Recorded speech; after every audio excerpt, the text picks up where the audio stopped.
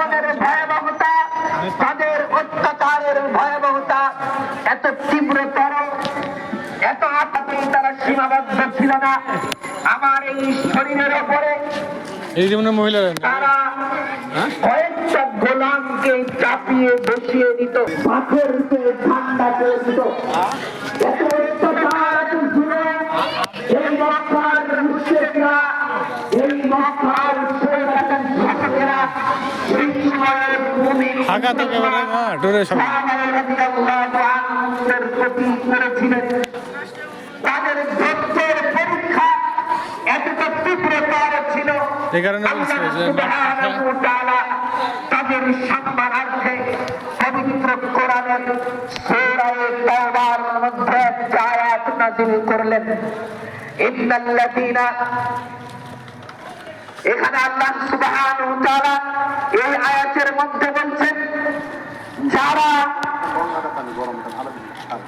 প্রথম শ্রেণীর সাহাবী ছিল, যারা প্রথম সময়ে মুজাহিদ এবং যারা প্রথম সময়ে এরকম হিজরতকারী এবং আনসার সাহাবী ছিলেন,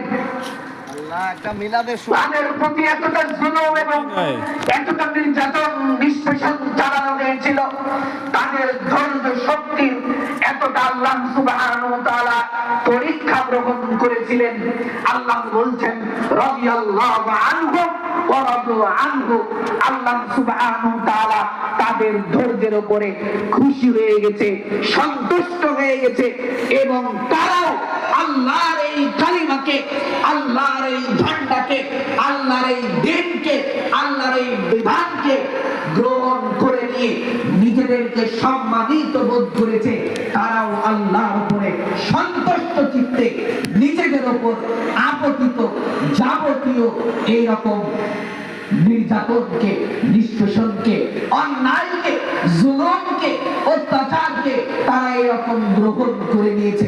আল্লাহ বলছেন এই সমস্ত আনসার সাহাবী, এই সমস্ত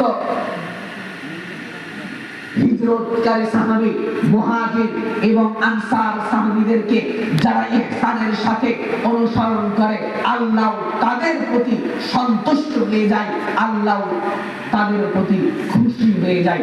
সুবহানাল্লাহ। আমরা চাই অমন ভাবে এইরকম আনসারদের চরিত্র ধারণ করতে, এইরকম মুহাজির সাহাবীদের চরিত্র গ্রহণ করতে। আমরা যদি সবর এবং ধৈর্যের এইরকম একের পর এক বিবরণ দিই, তবে অনেক সময়ের ব্যাপার। তবে আমরা যদি সংক্ষিপ্ত ভাবে এইরকম বেশ কয়েকটি সাহাবীর বর্ণনা দিই, তার মধ্যে ইসলামের প্রথম শহীদ সাইয়েদা সুমাইয়া রাদিয়াল্লাহু আনহা, সুমাইয়া রাদিয়াল্লাহু আনহাকে ইসলামের প্রথম শহীদ হিসেবে রাসূলুল্লাহ সাল্লাল্লাহু আলাইহি ওয়াসাল্লাম আখ্যায়িত করেছেন। রাসূলুল্লাহ সাল্লাল্লাহু আলাইহি